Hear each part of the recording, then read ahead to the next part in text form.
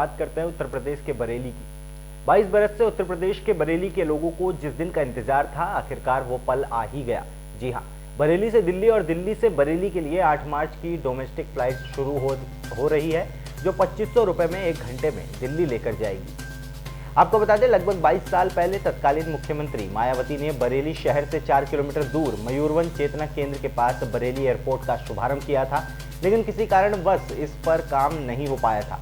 लेकिन जब उत्तर प्रदेश में योगी आदित्यनाथ की सरकार आई तो इसका काम प्रगति पर आया। लगभग 2 साल पहले बरेली के सांसद संतोष गंगवार ने इस एयरपोर्ट का उद्घाटन करा और जेट एयरवेज से टाई अप करा था, लेकिन जेट एयरवेज के घाटे में चले जाने के कारण बरेली वासियों का हवाई सफर का सपना अधूरा ही रह गया। लेकिन अब लंबे इंतजार के बाद पिछले दिनों बरेली एयरपोर्ट से दिल्ली तक हवाई सेवा शुरू होना तय हो चुका है।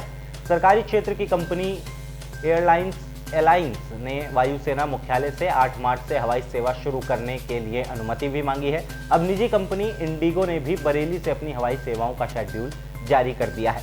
इंडिगो की ओर से शुक्रवार को ही भारतीय विमानपत्तन प्राधिकरण यानी AAI को दिए गए प्रस्ताव में 29 अप्रैल से मुंबई और 4 मई से बेंगलुरु के लिए हवाई सेवा शुरू करने का जिक्र किया है। बरेली से मुंबई बेंगलुरु के लिए हवाई सेवा शुरू होने की फिलहाल कोई चर्चा नहीं। पिछले दिनों केंद्रीय मंत्री संतोष गंगवार ने केंद्रीय उड्डयन मंत्री हरदीप सिंह पुरी से मुलाकात कर दक्षिण भारत, मुंबई, दिल्ली, लखनऊ, प्रयागराज जैसे शहरों के लिए बरेली एयरपोर्ट से उड़ान शुरू कराने का आग्रह किया था। माना जा रहा है कि इसी के बाद दिल्ली बरेली उड़ान का शेड्यूल जारी हो गया है। बरेली एयरपोर्ट से मुंबई बेंगलुरु की सेवा भी जल्द शुरू होगी। दक्षिण भारत के साथ दूसरे प्रमुख शहर भी हवाई सेवा से जोड़े जाने हैं। केंद्रीय उड्डयन मंत्रालय बरेली एयरपोर्ट पर खास ध्यान दे रहा है। सर, बरेली से जो है एक बड़ी उपलब्धि है, अब जल्द ही उड़ान शुरू होने की संभावना है, क्या कहना चाहिए? नहीं, वास्तव में बरेली वासी लंबे समय से जो मांग कर रहे थे, अब उसको हम एक सक्रिय रूप से लाने का काम किया है। आपने ध्यान किया होगा, अलायंस एयर ने अपने 8 तारीख को टेंटेटिव फ्लाइट की घोषणा की है, इसको रेगुलर रूप में भी आगे बढ़ाने का काम होगा। मुझे लगता है अभी तो शुरुआती कदम केवल था कि दिल्ली बरेली, पर लखनऊ दिल्ली बरेली ये जल्दी ही आपको इसकी शुरुआत मिलेगी और देश के बाकी हिस्सों से जोड़ने की दिशा में भी एक कदम सक्रिय ढंग से उठाने का। इंडिगो एयरलाइंस के आने से बरेली एयरपोर्ट का महत्व बढ़ जाएगा। मुंबई बेंगलुरु के लिए सेवाएं शुरू होने से औद्योगिक, स्वास्थ्य और शैक्षिक गतिविधियां भी बढ़ेंगी। जानकार लोगों का मानना है कि मुंबई, बेंगलुरु और दिल्ली जैसे प्रमुख शहरों के लिए हवाई सेवा बरेली के लिए वरदान साबित होगी। त्योहारी सीजन कुछ ही दिनों बाद शुरू हो रहा है। इससे पहले ही मिलावटखोर बड़े पैमाने पर खाद्य पदार्थों का उत्पादन करने में जुट गए हैं। पुरानी फफूंद लगी मिठाइयां बिक्री होने की जानकारी मिलते ही बड़ा बाजार में एक प्रतिष्ठित दुकान पर FSDA टीम ने छापा मारा और सैंपल भरे। इसके अलावा विभिन्न स्थानों से 16 दूध के नमूने भी लिए गए।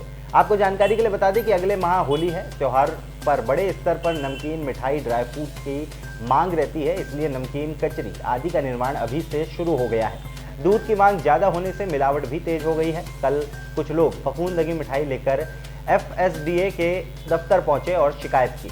जिला विहित अधिकारी धर्मराज मिश्र का कहना था कि मिठाई की हालत देखकर मुझे बेहद गुस्सा आया। उन्होंने दीपक स्वीट्स प्रतिष्ठान के मालिक दिलीप गुप्ता को जब मिठाई दिखाई तो वो माफी मांगने लगे। उनका कहना था कि स्टाफ की गलती से ऐसा हो गया, लेकिन जिला विहित अधिकारी ने उनकी एक नहीं सुनी और सैंपल भरवा दिए। बड़ा बाजार कटरा मानराय स्थिति प्रतिष्ठान पर फफूंद लगी मिली मिठाइयां बिकने की शिकायत मिलने पर मिश्रा ने वीरेंद्र द्विवेदी के नेतृत्व में टीम गठित कर खाद्य सुरक्षा अधिकारी मोनिका गुप्ता से सैंपल भरवाए। बाजार में टीम के पहुंचते ही अन्य कारोबारियों में भी अफरा तफरी मच गई। जिला वित्त अधिकारी ने बताया कि फफूंद लगी मिठाइयां और मिलावटी दूध के नमूने लैब में परीक्षण के लिए भेजे जाएंगे। रिपोर्ट के आधार पर ही विधिक कार्रवाई होगी। मिश्रा ने कहा कि मिलावटी खाद्य पदार्थों के खिलाफ अभियान जारी रहेगा। कल एक कस्टमर ऑफिस में शिकायत लेके आए थे, तो उनके यहाँ लड्डू का डिब्बा गया था। उस मिठाई के डिब्बे में लड्डू में फंगस पाया गया था। उनकी शिकायत को देखते हुए हमने मुख्य खाद्य सुरक्षा अधिकारी और खाद्य सुरक्षा अधिकारी की टीम को मौके पर भेजा और वहाँ पर लड्डू और बर्फी जिसमें संदेह था कि हाँ हो सकता है इसमें मिलावट हो, तो सैंपल लिए गए हैं। सैंपल जांच के लिए भेजे गए हुए हैं। जो रिपोर्ट आएगी उसके आधार पर कार्रवाई की जाएगी। सर, क्या पुष्टि हुई अभी तक कि वो मिठाई जो आपके पास आई थी, जो लेके पीड़ित आया था, तो वो मिठाई दीपक स्वीट्स की ही है? हाँ, वो मिठाई का डिब्बा दीपक स्वीट्स का ही था। हाँ, ये पुष्टि हुई है कि दुकान मालिक की तरफ से कि मिठाई हमारे पास से ही गई थी। अब दुकान मालिक ने इस बात को इनकार नहीं किया कि हाँ उसके यहाँ मिठाई नहीं हो, तो दुकानदार की ही मिठाई थी, दीपक स्वीट्स की ही मिठाई थी। अब तक कुछ कार्रवाई की गई सर? अभी नहीं, जांच के लिए? सैंपल लिए गए हैं, अब सैंपल होने के बाद में रिपोर्ट आएगी, उसके बाद कार्रवाई की जाएगी। बरेली में ही अवैध भंडारण के पास रात 8 बजे डीएम के निर्देश पर एसएफडीए ने प्रेमनगर क्षेत्र के आशा विहार कॉलोनी में दवाओं का अवैध भंडारण पकड़ा, जिसमें लाखों रुपए की दवाएं थी। पकड़ी गई दवाइयों में एक घर में रखी हुई थी जिसका लाइसेंस नहीं लिया गया था। आधी रात को हुई कार्रवाई के बाद दवाओं के 10 से ज्यादा बड़े डब्बे मौके से बरामद किए गए। एफएसडीए टीम ने दवाओं का जखीरा अपने कब्जे में ले लिया है। अब व्यापारी के लाइसेंस की जांच के बाद आगे की कार्रवाई होगी। रात डीएम नीतीश कुमार और सिटी मजिस्ट्रेट मदन कुमार को किसी ने अशरफ खां छावनी में पुलिस चौकी के सामने आशा विहार कॉलोनी के एक मकान में दवाओं का अवैध भंडारण होने की सूचना दी। डीएम के निर्देश पर आधी रात में ही एफएसडीए की टीम ने पुलिस को साथ लेकर वहां छापा मार दिया। मौके से दवाओं के 10 से ज्यादा बड़े डब्बे बरामद हुए हैं। अफसरों के मुताबिक ये मकान पूनम वर्मा का है, जो गाजियाबाद में रहती है। वहां पहुंचे विजय अरोड़ा ने बताया कि वो दवाओं के स्टॉकिस्ट हैं और मिनी बाईपास पर उनकी दुकान है। 2 दिन से वहां मरम्मत कार्य चल रहा है, इसलिए दवाओं को यहां रख लिया गया था। इनमें बुखार और उल्टी दस्त की दवाएं हैं। टीम ने अरोड़ा से दवाइयों के खरीद फरोख्त के कागजात दिखाने को कहा तो वो कागजात नहीं दिखा सके।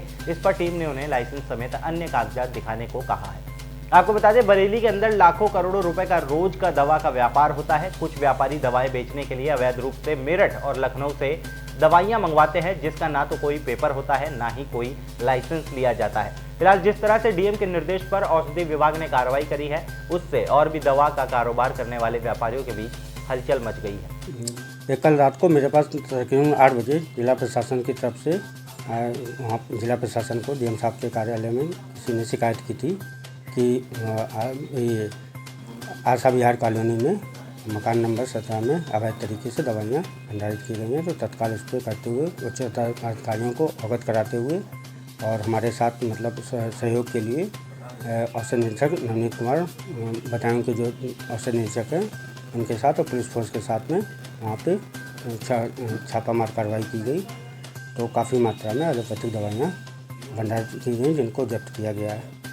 सर, क्या इनके पास लाइसेंस था दवाई को घर में रखने का? नहीं, वहाँ पे लाइसेंस नहीं था। इनका मेन ऑफेंस यही था, उनका मुख्य अपराध यही था कि उनके पास वहाँ पे जिस पर्सन में प्रथम तल पे जहाँ पे भंडारित थी औषधियाँ, वहाँ पे उन्होंने कोई लाइसेंस नहीं लिया हुआ था। कितनी कीमत की ये दवाइयाँ होंगी? अनुमानित बाजारी मूल्य लगभग 2 लाख रुपए की हैं। और ये सर दवाइयाँ कहाँ से आई थी? इसके बारे में अभी वो कुछ नहीं बता पाए हैं, इसकी विवेचना की जा रही है। कितनी पेटियाँ अब तक ये आपने बरामद की हैं? 15 पेटियाँ। वरिष्ठ पुलिस अधीक्षक बरेली द्वारा अपराध और अपराधियों के विरुद्ध चलाए जा रहे अभियान के तहत कल रात एसपी सिटी ने सीओ तृतीय के निर्देशन में एक टीम गठन किया और इसमें थाना बारादरी पुलिस द्वारा स्टेडियम रोड पर महाजन अस्पताल के सामने 2 मोटरसाइकिल सवार डिवाइडर से टकराने के बाद गिरने की सूचना पर पहुंचकर देखा तो दोनों युवक थाना इज्जतनगर क्षेत्र से लूट कर भाग रहे थे।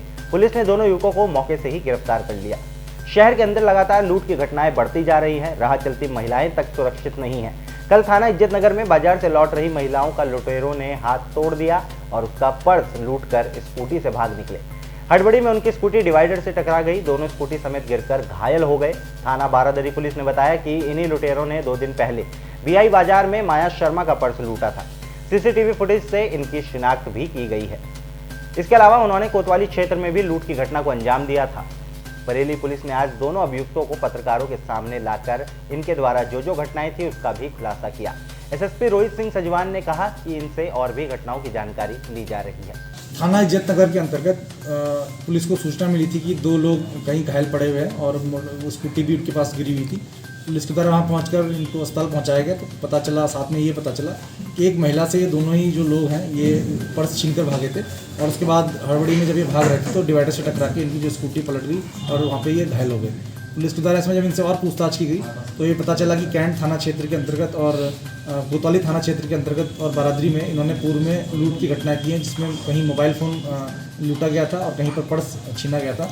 उन सभी घटनाओं का अनावरण इसमें किया गया और उनके घर से जो सामान उसमें गया था, मोबाइल फ़ोन और पर्स और जो आधार कार्ड या अन्य जो चीज़ें हैं वो सब बरामद कर लिया गया है। और इसमें बता रहे हैं इनसे और पूछताछ अभी की जाएगी, जिनसे कि और घटनाएं उनका भी अनावरण किया जा सके। लगभग कितनी घटनाओं का खुलासा हुआ? इसमें अभी तक 4 घटनाओं का खुलासा किया जा रहा है, जिसमें कि एक जो कल प्रयास किया गया और साथ में 2 कैंट थाना क्षेत्र की घटना है और 1 बारादरी थाना क्षेत्र की घटना का खुलासा किया जा रहा है। कहाँ के रहने वाले थे, क्यों लूट करते थे? ये इनके द्वारा बताया गया है कि ये नशा लेते थे और इनके घर वालों के द्वारा भी इनको अपने एक तरह से अपने से दूर कर लिया गया है और पैसा न मिलने के कारण ये नशे में जब एडिक्ट हो गए तो उसको खर्चा चलाने के लिए ये लूट का कार्य करते थे। भले ही बरेली पुलिस इस लूट का खुलासा करके अपनी पीठ थपथपा रही हो, लेकिन सच्चाई यही है कि दोनों लुटेरों को पब्लिक ने पकड़कर पुलिस के हवाले कर दिया था। वहीं बरेली के अंदर लगातार लूट की घटनाएं बढ़ती जा रही हैं, जिसका खुलासा ना तो पुलिस कर पा रही है, ना ही लुटेरों को पकड़ने में कामयाब हो रही है। फिलहाल के लिए इस बुलेटिन में इतना। उत्तर प्रदेश और उत्तराखंड की तमाम छोटी बड़ी खबरों के लिए देखते रहिए समाचार उत्तर प्रदेश उत्तराखंड, खबरों की दुनिया। जुड़ने के लिए चैनल को सब्सक्राइब करें और लेटेस्ट न्यूज़ अपडेट के लिए बेल आइकन दबाएं।